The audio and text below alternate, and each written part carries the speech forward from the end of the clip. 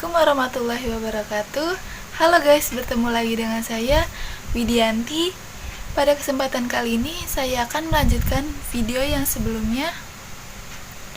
Oke, jangan berlama-lama lagi, mari kita ke videonya. Perkembangan standar akuntansi di Indonesia. Pada waktu Indonesia merdeka, hanya ada satu orang akuntan pribumi, yaitu Profesor Dr. Abu Tari. Sedangkan Profesor Sumarjo baru menyelesaikan pendidikan akuntannya di negeri Belanda pada tahun 1956. Akuntan Indonesia pertama yang merupakan lulusan dalam negeri adalah Basuki Siddharta, Hendra Dermawan, Tang Tongjo, dan Gotisem. Mereka lulus pada pertengahan tahun 1957. Keempat akuntan ini bersama Profesor Sumarjo memprakarsi berdirinya Perkumpulan Akuntan Indonesia. Pada hari Kamis tanggal 17 Oktober 1957, kelima akuntan tadi mengadakan pertemuan di Aula Universitas Indonesia atau UI dan bersepakat untuk mendirikan Perkumpulan Akuntan Indonesia. Pada tanggal 23 Desember 1957, akhirnya terbentuk perkumpulan yang diberi nama Ikatan Akuntansi Indonesia atau IAI. Tujuan IAI adalah membimbing perkembangan akuntansi serta mempertinggi mutu pendidikan dan pekerjaan akuntan.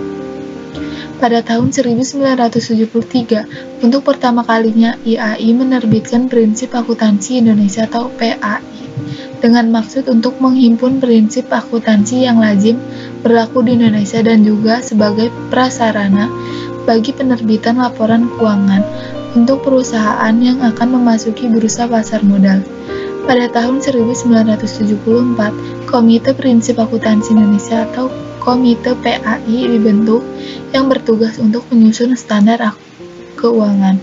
Setelah berjalan selama satu dasawarsa, PAI 1973 kemudian disempurnakan dan diganti dengan PAI 1984. Pada tahun 1994, IAI melakukan revisi total terhadap PAI 1984 dan sejak saat itu mengeluarkan serial standar keuangan yang diberi nama Standar Akuntansi Keuangan atau SAK. SAK ini untuk pertama kalinya diterbitkan pada tanggal 1 Oktober 1994, di mana mengadopsi pernyataan resmi dari International Accounting Standard Committee atau IASC.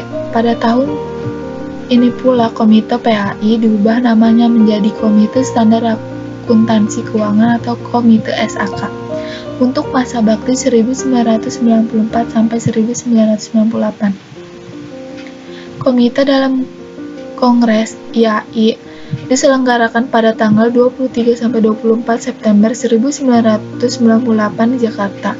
Nama Komite SAK diubah menjadi Dewan Standar Akuntansi Keuangan atau DSAK dengan otonomi untuk menyusun dan mengesahkan PSAK atau Pernyataan Standar Akuntansi Keuangan dan ISAK atau Interpretasi Standar Akuntansi Keuangan.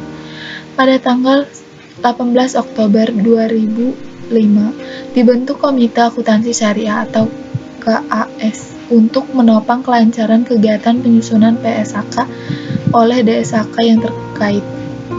Sejak pendiriannya 52 tahun silam, kini IAI telah mengalami perkembangan yang sangat luas. Salah satu bentuk perkembangan tersebut adalah meluasnya orientasi kegiatan profesi. Tidak lagi semata-mata di bidang pendidikan akuntansi dan mutu pekerjaan akuntan, tetapi juga upaya-upaya untuk meningkatkan kepercayaan masyarakat dan peran dalam perumusan kebijakan publik.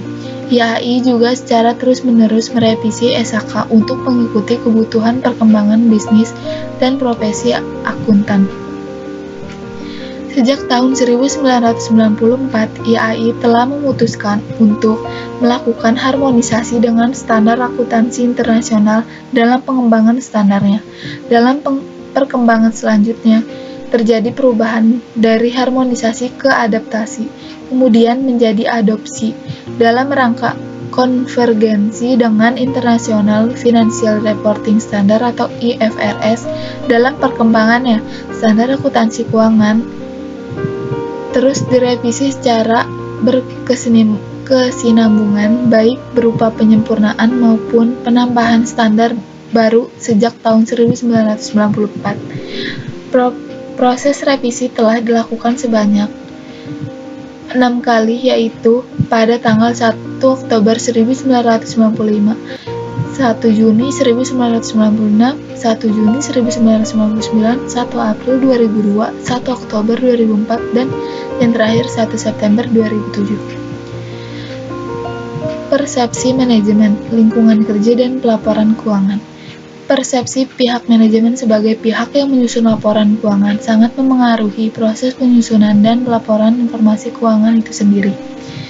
Persepsi pihak manajemen biasanya akan tercermin dalam keputusan yang diambil terkait dengan proses pelaporan keuangan yang akan dilatar belakangi oleh 1. Pemahaman pihak manajemen mengenai standar dan metode akuntansi yang digunakan, dan yang kedua, pengaruh lingkungan di mana manajemen berada. Laporan keuangan merupakan produk pasar dan sebagai hasil dari sebuah proses pendekatan politik. Dengan kata lain, bahwa dalam proses pelaporan keuangan dipengaruhi oleh keinginan untuk memengaruhi pasar atau harga pasar saham. Dari sudut pandang skala perusahaan, Watts dan Zimmerman tahun 1990 mengatakan bahwa ukuran atau skala perusahaan merupakan variabel penting yang akan menjelaskan pemilihan metode akuntansi. Ukuran perusahaan dapat digolongkan sebagai salah satu unsur dari lingkungan kerja yang akan turut memengaruhi persepsi manajemen nantinya. Penelitian yang dilakukan oleh Watts dan Zimmerman tersebut adalah dengan mencari hubungan antara ukuran perusahaan dengan penolakan atau penerimaan perusahaan atas diberlakukannya sebuah standar atau metode akuntansi tertentu. Tantangan akuntansi di masa mendatang. Akhir-akhir ini akuntan dianggap sebagai pintu gerbang pasar modal. Tanpa peran akuntan dalam menjamin kualitas dan integritas informasi keuangan, pasar modal akan menjadi tidak efisien dan modal akan menjadi lebih tinggi. Di saat dunia usaha berkembang dan melaju dengan sangat pesat, profesi akuntansi diperlukan untuk menjamin utilitas dan integritas pelaporan keuangan. Profesi akuntansi mau tidak mau harus senantiasa beradaptasi dengan perubahan dunia usaha yang semakin cepat dan kompleks.